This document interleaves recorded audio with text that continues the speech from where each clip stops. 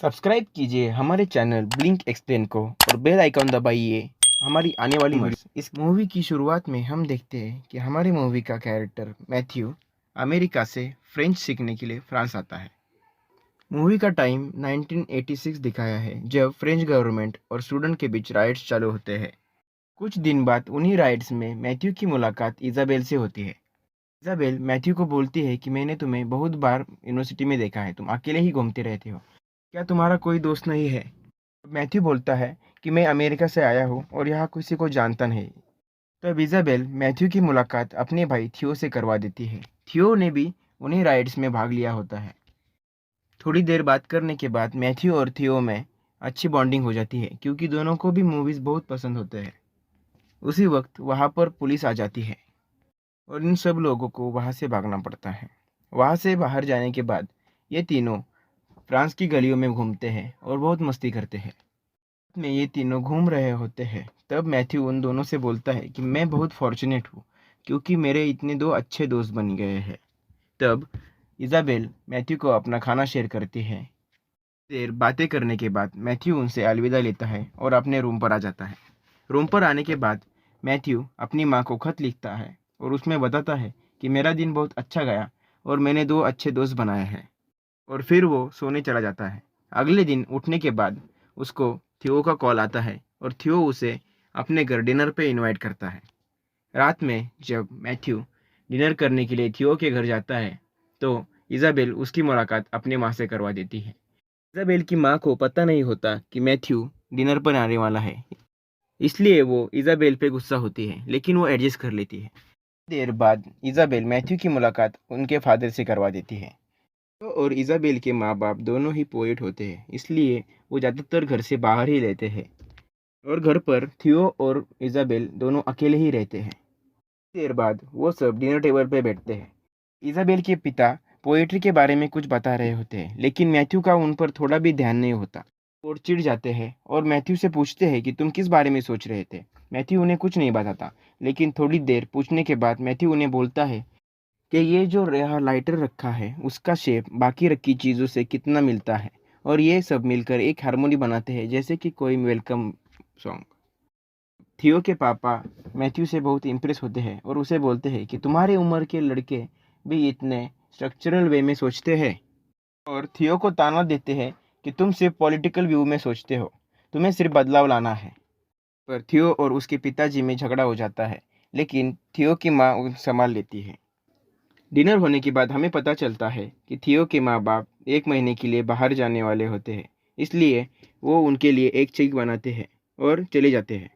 थोड़ी देर बाद जब ये तीनों घर पर अकेले होते हैं, तो थियो और इजाबेल मैथ्यू को बोलते हैं कि तुम आज रात के लिए यहीं रुक जाओ।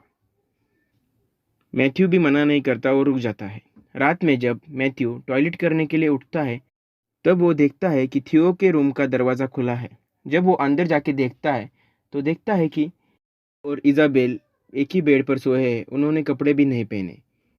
ये सब देखकर मैथ्यू को बहुत अजीब लगता है और वो सोने चला जाता है। अगली सुबह इजाबेल मैथ्यू को उठाने आती है और वो उसके को अपने लिप्स से गीला करके उसे उठाती है और उसका कंबल भी खींचती है। मैथ्यू कंबल खींचकर बोलता है कि मैंने कुछ पहना नहीं है, मैं सिर्फ पैंट्स पर हूँ। उसे बेड से उठने को बोलती है और चली जाती है। देर बाद जब वो ब्रश कर रहा होता है, तो इजाबेल वहाँ पर आती है और उसे बोलती है कि तुम्हारे लिप्स कितने रेड हैं, क्या मैं उन्हें छू सकती हूँ और उन्हें लिपस्टिक लगा सकती हूँ? तो मैथ्यू उसे नहीं बोलता है। तो वहाँ पर थियो आ जाता है और वो उनके सामने ही नहाने लग जाता है। तब थियो उसे बोलता है कि मेरे घर वाले अब एक महीने तक वापस नहीं आएंगे, क्या तुम हमारे साथ रह सकते हो? क्या तुम्हें कोई प्रॉब्लम नहीं होगा? तुम मुझे सिर्फ 2 दिन से ही जानते हो। तो इजाबेल बोलती है कि ये मेरा ही आइडिया था और तुम रह जाओ। तो मैथ्यू उनके साथ रहने को तैयार हो जाता है। अब मैथ्यू थियो और इजाबेल के साथ रहने लग जाता है। एक दिन मैथ्यू और थियो में चार्ली चैपलिन को लेकर बहस हो जाती है। तब इजाबेल उन दोनों को रोकने के लिए एक मूवी का सीन करके दिखाती है। मूवी बहुत पुरानी होती है, लेकिन मैथ्यू उसे पहचान जाता है। तो थियो और इजाबेल बोलते हैं कि हमें तुम्हारे जैसे ही किसी की ज़रूरत थी, जो हमारे जैसा सोचता हो। इजाबेल और थियो का ये सबसे फेवरेट गेम होता है। इस गेम में वो किसी भी मूवी का एक सीन क्रिएट करेंगे और सामने वालों को उस पहचानना पड़ेगा। अगर नहीं पहचानते को एक डेयर पूरा करना पड़ेगा। इज़ाबेल एक डेयर बताती है कि उन्हें एक मूवी का सीन रिक्रिएट करना पड़ेगा जिसमें 3 दोस्त म्यूज़ियम के ऑडिटोरियम में भाग रहे होते हैं और मैथ्यू बोलता है कि मैं ये नहीं कर सकता, अगर मैं पकड़ा गया तो मुझे वो डिपोर्ट कर देंगे। लेकिन फिर भी वो तीनों वो सीन करते हैं। घर वापस आने के दौरान बारिश हो रही होती है और वो तीनों भी भीग जाते हैं। तब थियो मैथ्यू को अपने कमरे में ले जाता है और उसे अपने कपड़े पहनने को देता है। थियो उन दोनों के लिए ड्रिंक्स बनाने के लिए बाहर जाता है। तब मैथ्यू देखता है कि थियो के कबर्ड में बहुत सारी फ़ोटोज़ है। उसमें एक इज़ाबेल का फ़ोटो होता है जिसमें उसने बिकिनी पहनी होती है। तो मैथ्यू वो फ़ोटो अपने पास रख लेता है और किसी को नहीं बताता। थोड़ी देर बाद वो तीनों वही गेम खेल रहे होते हैं। इज़ाबेल अब एक मूवी का सीन क्रिएट करती है। मैथ्यू पहचान जाता है कि ये किस मूवी का सीन है। जबकि थियो को नहीं मालूम है कि सीन किस मूवी का है, तो उसे डेयर पूरा करना पड़ेगा। तो इज़ाबेल उसको डेयर देती है कि उसको सबके सामने मास्टरबीट करना पड़ेगा। बिना हिचकिचाए मास्टरबीट करना शुरू करता है। ये बात मैथ्यू को बहुत अजीब लगती है। थोड़ी देर बाद जब मैथ्यू और थियो एक बार में होते हैं, तब मैथ्यू थियो से पूछता है कि मेरी भी 2 बहनें हैं, लेकिन मैं कभी उनके सामने मास्टरबीट नहीं करता।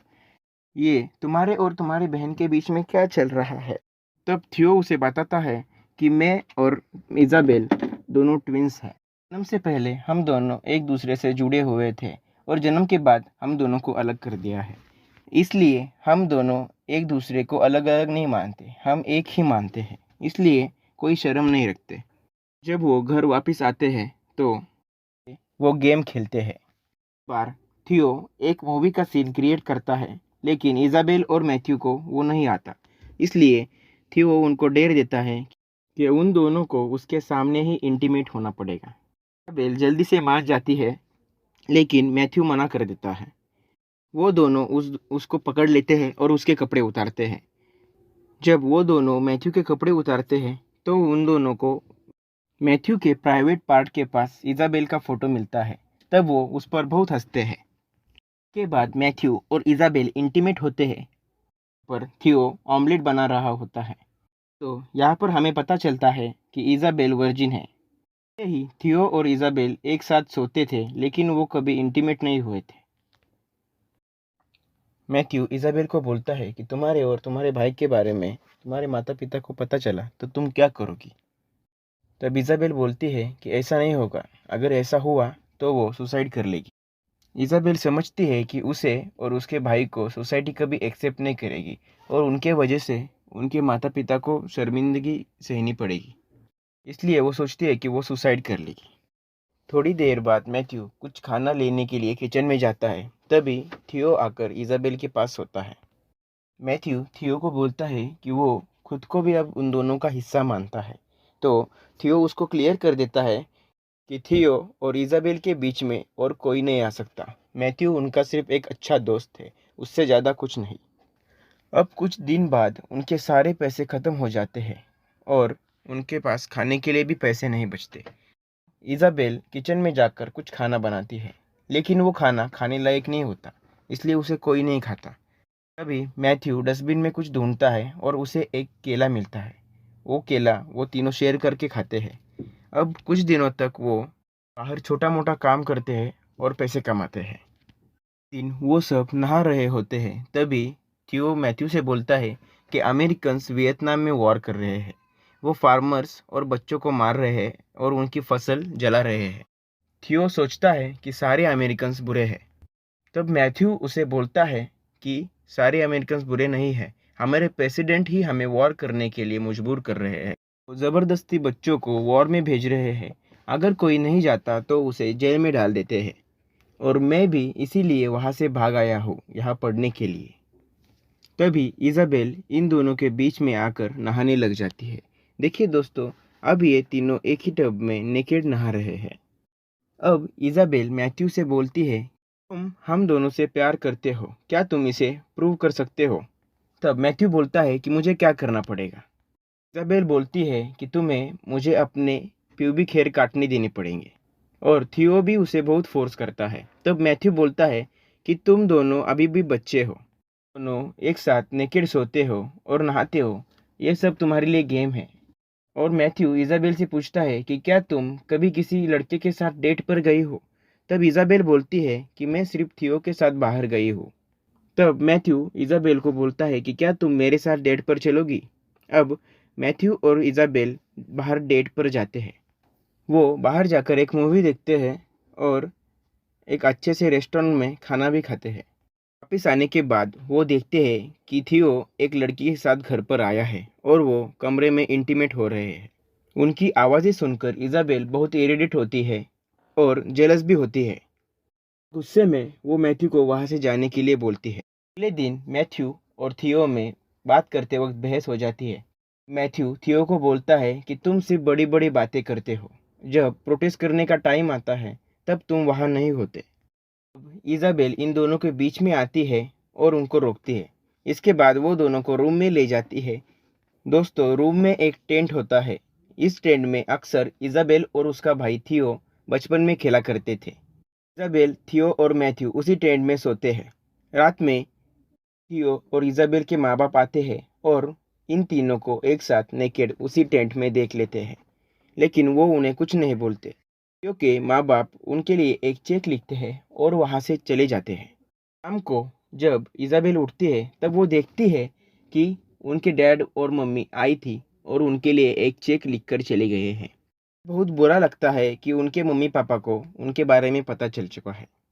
इसके बाद इज़ाबेल किचन में जाती है और गैस के पाइप को रूम में लाती है और गैस को लीक कर देती है और वो सुसाइड करने का ट्राई करती है। इसी वक्त नीचे राइट्स चालू होते हैं और पुलिस और आंदोलनकारियों में झगड़ा होता है। आंदोलनकारी पुलिस पर पत्थर फेंक रहे होते हैं। एक पत्थर इनके रूम में लग जाता है और अंदर आ जाता है। इसकी वजह से थियो उठता है और देखता है कि नीचे राइट्स चालू है और वो बाकी दोनों को भी उठाता है और इन दोनों को बोलता है कि कुछ तो स्मेल आ रही है। तब इज़ाबेल बोलती है कि ये राइट्स की वजह से होगा। इसके बाद वो तीनों भी नीचे चले जाते हैं। अब ये तीनों भी राइट्स में भाग लेते हैं और इज़ाबेल चाहते हैं कि वो सब पुलिस पर पत्थर मारे। मैथ्यू बोलता है कि वो ऐसा नहीं कर सकता। वो वहाँ से भाग जाता है। अब इज़ाबेल और थियो उसी राइड्स में होते हैं और कहानी ख़त्म हो जाती है। कहानी बहुत अच्छी थी दोस्तों। इस कहानी में हमने देखा कि इज़ाबेल को डर होता है कि उसके और उसके भाई के बारे में उनके माता पिता को पता चला तो वो सुसाइड कर लेगी। लेकिन अब उन दोनों के बारे में उनके माता पिता को पता है तो अब उसको किसी का डर नहीं है।